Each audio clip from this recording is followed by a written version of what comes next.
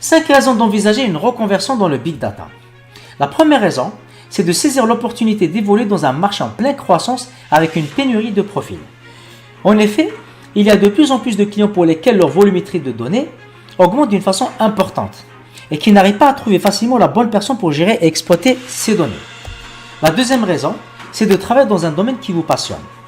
Pourquoi? Parce que le data ingénieur, grâce à ses connaissances dans l'intégration et la gestion des données à grosse volumétrie, il prendra conscience rapidement de l'impact de son travail dans l'entreprise à court et moyen terme, puisqu'il va aider son employeur à mieux tirer profit de ces données, ce qui valorisera son travail et le rendra encore plus passionnant. Troisième raison, c'est de travailler dans un domaine pluridisciplinaire. L'ingénieur Big Data aura la possibilité de travailler dans plusieurs secteurs différents. Et dans le même secteur d'activité, il pourra avoir la possibilité d'interagir avec plusieurs équipes différentes, ce qui rendra son travail plus intéressant vu la position qu'il va occuper au sein de l'entreprise. Quatrième raison, c'est augmenter son salaire de 20 à 30%.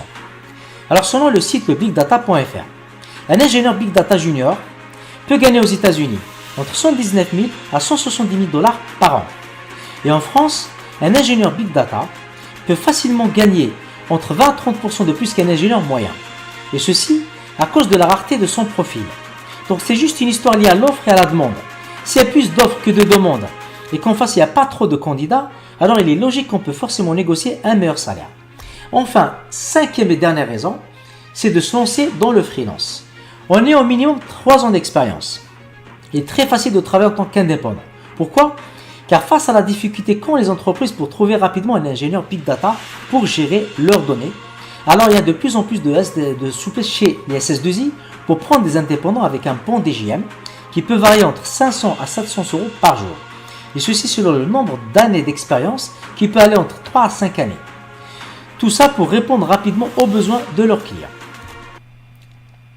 Alors le Big Data, c'est un univers de données incontournable pour les entreprises. Ici, on observe qu'on a tous vu la progression de la taille des données qu'on manipule. On est passé du mégabyte au gigabyte et en quelques années, le terabyte paraissait lointain. Mais c'est devenu classique aujourd'hui.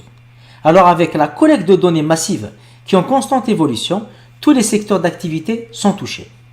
À titre d'exemple, dans certains domaines, comme en astrophysique, on peut facilement atteindre le zettabyte. Alors en plus de la taille, les données sont collectées en continu en streaming et souvent une prise de décision rapide est attendue après analyse. Exemple, lorsqu'on dispose des transactions d'achat d'un internaute. Le marchand en ligne, lorsqu'il essaie d'exploiter en temps réel les données pour proposer rapidement une offre ou une discount, une publicité pour reconvertir sa visite en achat. Autre exemple, dans le cas d'une personne qui souhaite prendre une assurance. L'assurance doit proposer une tarification rapide et en adéquation avec la situation du client. Donc la collecte du maximum de données est nécessaire pour justifier la tarification. Et un dernier exemple, toutes les prévisions météorologiques sont basées sur des données collectées dans le passé. La qualité des données dans ce cas d'usage est très importante pour construire un modèle robuste qui permettra dans certains cas de sauver des vies humaines. Exemple dans le cas où on a un tsunami ou des tremblements de terre. En tout cas, quel que soit l'usage, il est clair que la manipulation des données massives ne peut se faire sur une seule machine. Du fait de la disponibilité des données, de nouvelles tâches sont apparues. Exemple, dans la médecine personnalisée, on peut récolter des données à distance sur des patients âgés comme prise de tension ou de température grâce aux objets connectés qui sont placés chez le patient. Ceci a permis de créer de nouveaux services comme l'envoi des alertes en temps réel en cas de baisse de tension ou augmentation de la température. Un autre exemple qui concerne la gestion de la connaissance qui touche plusieurs domaines comme la médecine, dans laquelle il y a l'archivage des données, etc. Dans ces domaines, on se retrouve à cumuler des données hétérogènes sous différents formats. Exemple Word, PDF, Excel, etc. Alors de nouvelles techniques d'indexation adaptées à ce type de documents sont apparues et elles sont nécessaires pour permettre un accès rapide à l'information souhaitée. Il y a de plus en plus d'institutions publiques qui mettent à disposition des données appelées Open Data ou en français données ouvertes, qui ont encouragé de nouvelles entreprises à créer de nouveaux services autour de ces données. Mais le fait qu'elles soient publiques, il y a des règles à respecter par rapport à l'usage et à l'anonymisation de ces données pour respecter la vie privée des citoyens. Restons dans le domaine médical. Il existe une diversité d'informations qui sont collectées pour le même patient. Donc le fait d'avoir ces informations diverses sur un même patient, exemple ici l'imagerie médicale du cerveau, Il est nécessaire de disposer d'outils pour stocker, gérer et analyser toutes ces données-là afin d'apporter une aide au médecin pour qu'il puisse prendre une décision rapide d'une façon efficace. Alors l'ingénieur Big Data est un profil rare et convoité. On a affaire à un premier défi qui est de rapprocher les ingénieurs et les experts scientifiques.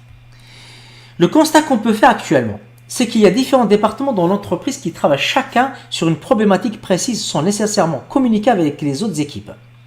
Exemple ici, une vision avant l'émergence du Big Data. Il y a en haut à droite l'équipe qui développe des algorithmes issus du domaine du machine learning avec leurs outils. Sachant que le machine learning, ou appelé apprentissage automatique en français, c'est un sous-domaine de l'intelligence artificielle. En haut à gauche, il y a l'équipe qui est dans le domaine d'application, c'est-à-dire domaine métier. En bas à gauche, on a l'équipe qui travaille sur le cloud des HPC, dans laquelle ils travaillent sur le déploiement et l'optimisation des données. Sachant que les HPC, ce sont de super ordinateurs avec des calculs haute performance. Et enfin, il y a l'équipe en bas à droite qui travaille principalement sur le développement d'outils comme MATLAB, langage de programmation R, C, Python, et qui mettent à disposition ces outils aux autres équipes. Exceptionnellement, dans certains cas, on peut retrouver des personnes qui sont passées par plusieurs de ces départements. On peut trouver des personnes spécialistes du machine learning, par exemple, et qui peuvent passer dans le domaine métier. Puis quelques années après, il intègre le département cloud des systèmes distribués. Et enfin, il peut finir dans l'équipe qui développe les outils. Mais ce cas est rare et nécessite de nombreuses années pour pouvoir passer dans tous ces départements et ainsi acquérir une expertise transverse et pluridisciplinaire dans tous ces métiers. Ce qui peut prendre parfois entre 10 à 15 ans pour faire le tour, chose qui est rare de nos jours. Avec l'arrivée du Big Data, on se retrouve finalement dans tous ces départements à manipuler des données massives et à utiliser de nouveaux outils issus de l'écosystème Big Data. Chaque département a besoin de certaines compétences dans le Big Data. Exemple, on peut retrouver le cloud et le MapReduce dans le département Machine Learning et Intelligence Artificielle. Sachant que le MapReduce, c'est un paradigme de programmation utilisé dans le traitement des Big Data. En ce qui concerne l'équipe outils, elle ne pourra se contenter uniquement de développer des solutions traditionnelles, elle sera obligée d'aller vers les nouvelles technologies et surtout passer sur de nouvelles plateformes qui tournent sur le cloud. Dans l'équipe cloud des systèmes distribués, ils seront amenés à travailler sur la gestion et l'analyse des Big Data et idem pour le département métier. Donc il y a besoin de compétences d'ingénieurs Big Data dans tous ces départements. Mais la bonne nouvelle, il existe la possibilité pour des ingénieurs qui travaillent déjà dans l'un de ces services d'évoluer vers les métiers d'ingénieurs Big Data. Deuxième défi, la communication. Un défi que doit relever un ingénieur Big Data est la communication entre les différents services.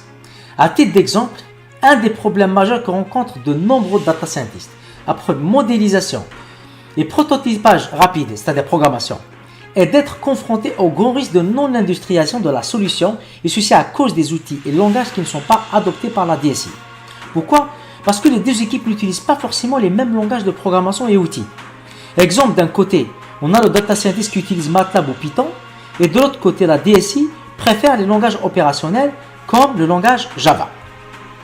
En conclusion, ce que va apporter l'ingénieur Big Data, c'est cette agilité et fluidité de communication. Il aura les compétences sur les outils et langages qui permettront d'aider le data scientist à utiliser les bons outils de prototypage rapide et compréhensible et facilement déployés par l'équipe d'industrialisation et de mise en production. Donc l'ingénieur Big Data est la personne qui a les compétences pour fluidifier la communication entre les data scientists, les collaborateurs du métier et la DSI.